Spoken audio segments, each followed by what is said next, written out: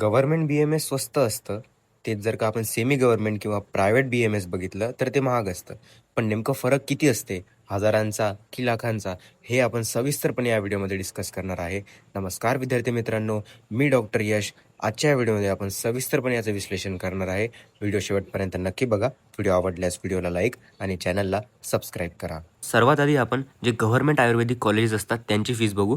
तर ही जी फीज आहे ही जी-एस-सी नांदेडची फीज आहे. तर इथे कोणकोणत्या प्रकारची फी घेतली जाते आपण ते बघू. सर्वात आधी जर का आपण बघितलं ती आहे प्रवेश शुल्क, नंतर शैक्षणिक शुल्क म्हणजे ज्याला आपण ट्युशन फी असं म्हणतो, त्यानंतर विकास निधी ज्याला आपण डेव्हलपमेंट फी म्हणून असं म्हणतो, त्यानंतर जिमखाना शुल्क व खाली हे जे आहेत ते लायब्ररीचे चार्जेस आहेत. तर आपण आता कॅटेगरी वाईज बघू की कोणत्या कॅटेगरीला किती फीज लागते. सर्वात आधी आपण जर का बघितलं तर जे ऑल इंडिया कोटा आहे व सोबतच जे जनरल कॅटेगरीचे विद्यार्थी आहेत त्यामध्ये जनरल कॅटेगरीमध्ये मुलेही आले आणि मुलीही आल्या. प्रवेश शुल्क आहे तो लागते 1500 रुपये, शैक्षणिक शुल्क 52,200 रुपये, विकास निधी 3,000 रुपये, जिमखाना शुल्क 500 रुपये व लायब्ररीचे मिळून आपल्याला 3,000 रुपये असे लागतात.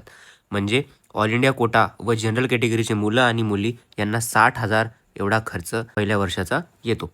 EWS व SCBC यामधल्या फक्त मुलांसाठी जर का आपण फीज बघितली तर ती जवळपास 34,000 एवढी येते. म्हणजे याचीच जर का हाफ फीज आपण बघितली एवढी फीज EWS किंवा SCBCच्या मुलांसाठी लागते.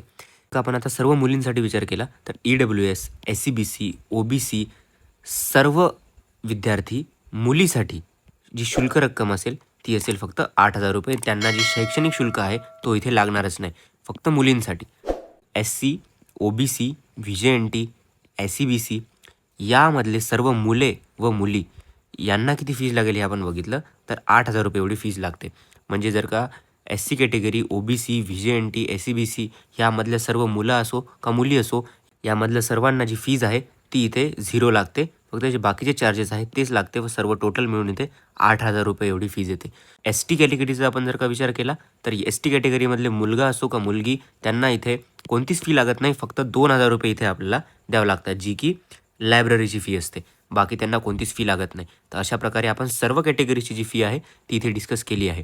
तुम्ही आमचाही paid medical counselling program join करू शकता. फक्त 1499 मध्ये आम्ही तुमची पूर्ण काउन्सिलिंग करून देऊ. Choice filling, registration, form filling व अलॉटमेंट सर्व प्रोसेस ती आमची टीमच करणार आहे. तुम्हाला फक्त जे आवश्यक डॉक्युमेंट्स आहेत ते आमच्यापर्यंत पोचवायचे आहेत. बाकी सर्व काम आमची टीम करेल, तेही फक्त 1499 रुपयामध्ये. आता जर का आपण प्रायव्हेट BMSची जर का आपण फीज बघितली तर त्यामध्ये जी फीज असते ती एवढी जास्त डिवायडेड नसते जसं आपण आत्ता गव्हर्नमेंटमध्ये बघितलं. आता हे जे कॉलेज आहे हे भाऊसाहेब मुलक आयुर्वेदिक कॉलेज आहे नागपूरचं. इथे आपण यांचं फी स्ट्रक्चर बघू. ओपन कॅटेगरीचं बघितलं तर ओपन कॅटेगरीमधल्या सर्व मुला आणि मुलींसाठी फीज 1,95,000 रुपये एवढी आहे. जर का आपण OBC कॅटेगरीचं बघितलं तर मुलांना 1,07,000 एवढी फीज लागते दरवर्षी व सोबतच मुलींचा जो खर्च आहे तो फक्त 18,000 रुपये लागते OBC कॅटेगरीचं. हेच जर का आपण SCBC कॅटेगरीचं बघितलं तर मुलांना 97,000 रुपये एवढी फीज लागेल व सोबतच मुलींना 18,000 एवढी फीज लागेल. आणि जर का आपण SC कॅटेगरीचं बघितलं तर मुलगा असो का मुलगी असो त्यांना कोणतीच फी लागणार नाही.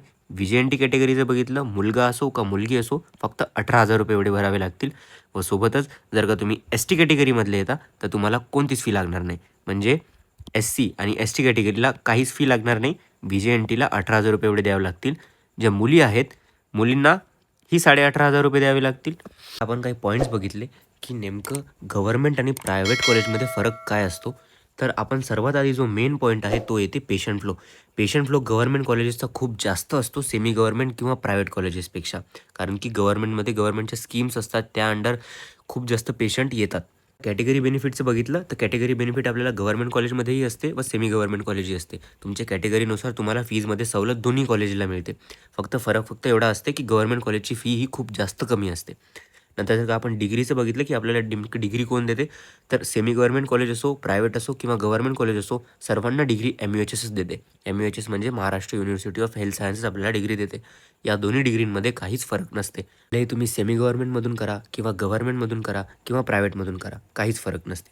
पण जर का आपण स्टायपंडची गोष्ट केली, जे आपला 4.5 वर्ष जेव्हा आपल्या डिग्रीचा जे पण कालावधी असतो त्यानंतर आपण जे 1 वर्ष कॉलेजला देतो त्यामध्ये जे आपल्याला स्टायफंड मिळतो तो गव्हर्नमेंटमध्ये खूप जास्त स्टायफंड असतो. जवळजवळ 18,000 एवढा आपल्याला स्टायफंड गव्हर्नमेंटमध्ये मिळतो व सेमी गव्हर्नमेंटमध्ये किंवा प्रायव्हेटमध्ये स्टायफंड जास्त तर कॉलेजमध्ये नसतोच.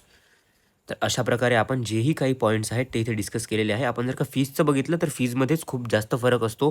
जर का तुम्ही सेमी गव्हर्नमेंट किंवा प्रायव्हेटचा विचार करसाल आणि जर का तुम्ही गव्हर्नमेंटचा विचार करसाल तर यांच्या फीजमध्ये साधारणपणे 1 ते 2 लाखाचा फरक तुम्हाला येऊन जातो जर का तुम्ही जनरल कॅटेगरीचे असाल. आणि जर का तुम्ही व्ही-जे किंवा एस-सी किंवा एस-टी कॅटेगरी किंवा सर्व एन-टी कॅटेगरीमधून असाल, जे प्रायव्हेट किंवा सेमी गव्हर्नमेंट आहे त्याची फीज तुम्हाला गव्हर्नमेंट एवढीच पडणार. पडून फक्त 1,000-1,500 रुपयाचा फरक पडेल, जास्त फरक पडत नाही. पण ओपन, ओबीसी किंवा ई-डब्ल्यू-एस कॅटेगरीसाठी खूप जास्त फरक पडतो व सोबतच जर का तुम्ही फिमेल कॅन्डिडेट असाल तर फिमेल कॅन्डिडेटसाठीही फीज आपल्याला खूप जास्त कमी लागेल.